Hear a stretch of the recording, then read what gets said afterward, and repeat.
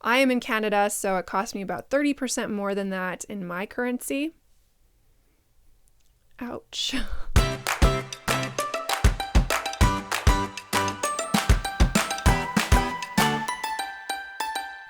Hello and welcome to Voiceover Simplified with me, Katelyn Dawn. And my challenge today is if you've ever received instructions from a client to sound human, hit that subscribe button.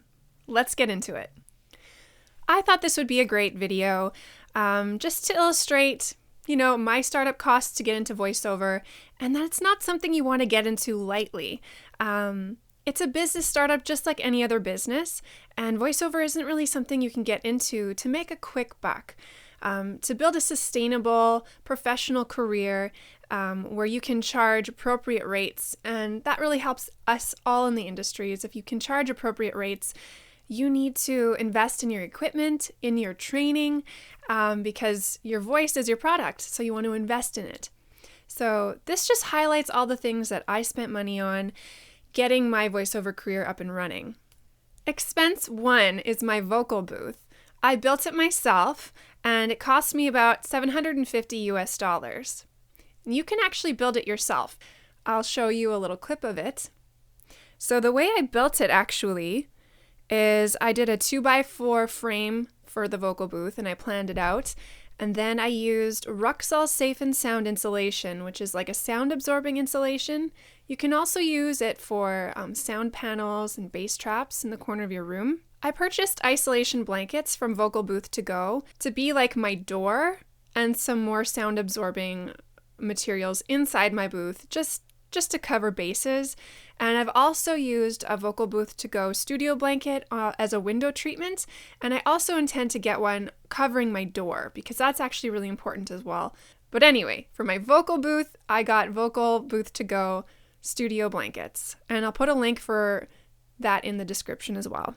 Cost number 2 was my microphone. Your microphone is your tool. It's your main tool, so you want to make sure you get a really nice microphone. You want a large diaphragm condenser microphone. The most popular microphones for a professional level would be the Neumann TLM 103 and the Neumann U87. I also consider the Sennheiser 416 and the Audio-Technica 4050. I also wanted to try the AKG C414 XLS. So the way I went about actually deciding what mic I wanted was I went to the music store and I rented the Neumann TLM 103, the AKG C414, and the Audio-Technica 4050. And I recorded myself, speaking and seeing which one I liked the best. And honestly, they all sounded pretty great.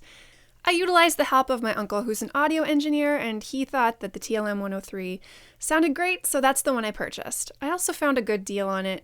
I purchased it used from Reverb.com, so you can purchase mics used, and I would recommend you do that. So, with the rental fees, the mic cord and cable, and the microphone, that cost came out to about $790. Expense number 3. In order to use your awesome large diaphragm condenser microphone, you need an audio interface. Your microphone needs a power source to work. And with these large diaphragm condenser microphones, it's called phantom power. So you're not actually plugging it into an outlet. You need power from your computer. So USB interfaces are the way to go. I initially purchased a Focusrite TI2, a Scarlett, and it pooped out on me in about a year. It was also used. I do recommend getting a brand new interface, and I'll link the description to places you can get these interfaces. I have heard from a number of forums that the Focusrite does tend to just poop out on people. So actually something that was recommended to me was the Steinberg UR22C interface. When my Scarlett pooped out, I rented another Scarlett and the Steinberg interface, and I tested them both out. And it turned out that the Steinberg interface, at least the one I got, was about 4 to 5 decibels quieter in self-noise than the Focusrite. So I decided to go with the Steinberg, and I'm very happy with it. The audio interface cost about $180. My next expense was studio monitors. So these speakers out of your Mac or your MacBook, they aren't going to cut it, or your PC, but I'm a Mac girl. They're not going to cut it. You need some studio monitors so you can actually hear the quality audio that you've recorded through quality speakers. I did a fair bit of research into what I wanted, and the Yamaha HS series was what I decided I would purchase. I got the HS5s because my space is pretty small and they do a more than adequate job. Again, check the description for a link. My Yamaha HS5 studio monitors, including all the cables, came to $405.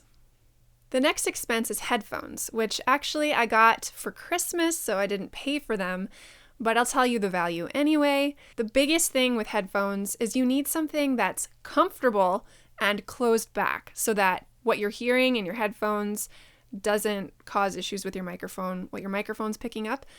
So I went to the music store and I tried about 20 different headphones. I brought my iPhone with me and I played music through all of the headphones so I could kind of see which ones had, good clarity and which ones really felt comfortable on my ears. You might be wearing your headphones for 3, 4, 5 hours a day, especially if you're doing audiobooks, so comfort is super important. I settled on KRK headphones version KNS 6400. They were super comfortable. They're closed back, dynamic studio headphones, and they do a great job for me. But that's for me. I have a super small child-sized head, so you gotta go and try them on yourself. My studio headphones cost about $109. If you're enjoying this video, please remember to subscribe to my channel. It's new, and hit that like button or share this out where you can on social media. And let me know what you'd like me to talk about in the comments. You can find me online at KatelynDawnVO.com, on LinkedIn, Twitter, Facebook, and Instagram. You can find me as well. Continuing on. And your biggest expense is your training. I dropped a lot of money on my training. To me, voiceover is my career.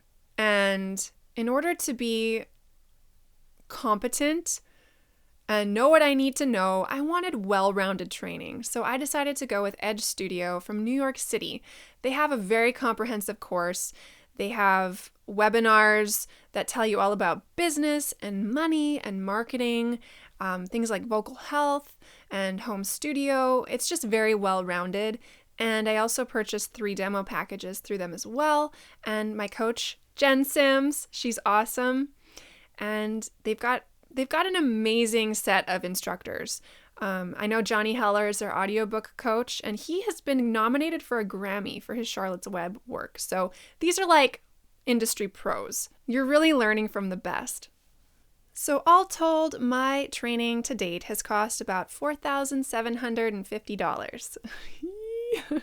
But I'm investing in myself because that is super important. You need to be professional. You need to be able to compete in this industry. So your training is paramount.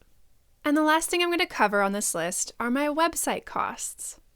Your website is your place to shine and showcase your brand and a place for people to download your demos. Luckily, I'm a web major from college, so I was able to design my own website, which you can find at KatelynDawnVO.com. I also worked at an ad agency for a while after school, and so branding is one of the things I'm very passionate about. And I love branding and thinking about what's your brand voice and what are your brand colors? What colors represent you? So I had a blast kind of thinking about my brand and putting it out there. So I'm very happy with my website, and so you can check it out.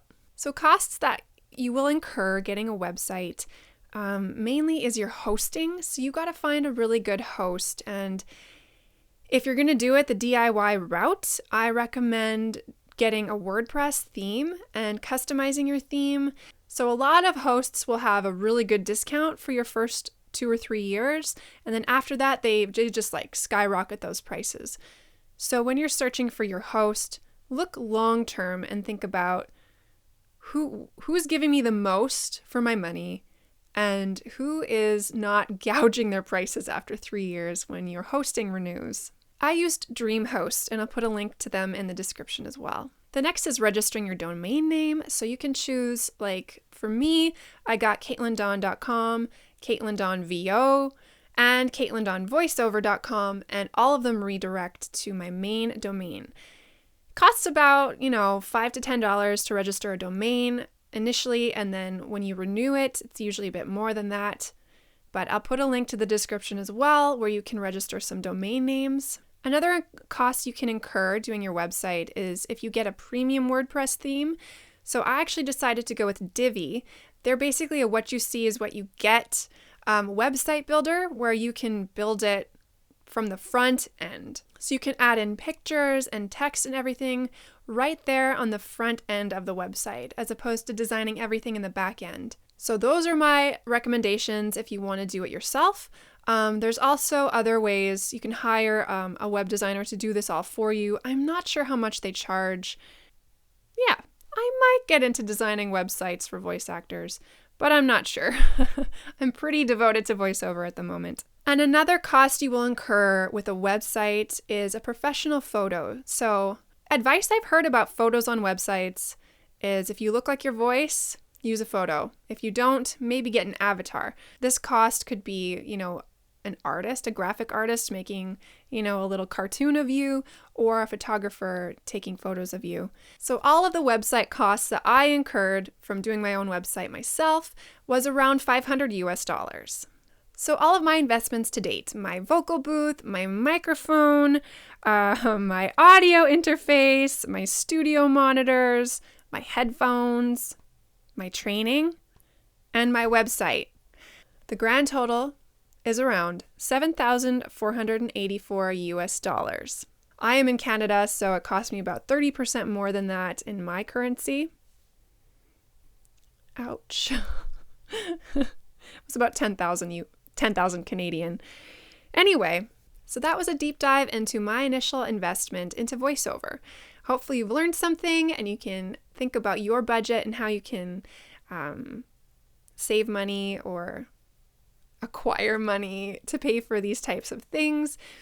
I'd really do recommend investing in yourself and investing in your product so that by the time you're out there and you're auditioning, you can compete and that you are worth and your value is that of a professional voice talent. So good luck to you. Happy recording. I hope that you found this useful, and definitely check out the links in the description because you can, research these things for yourself. All right. Well, have a great day, guys. And I hope you found this useful. I'll see you next time. Bye.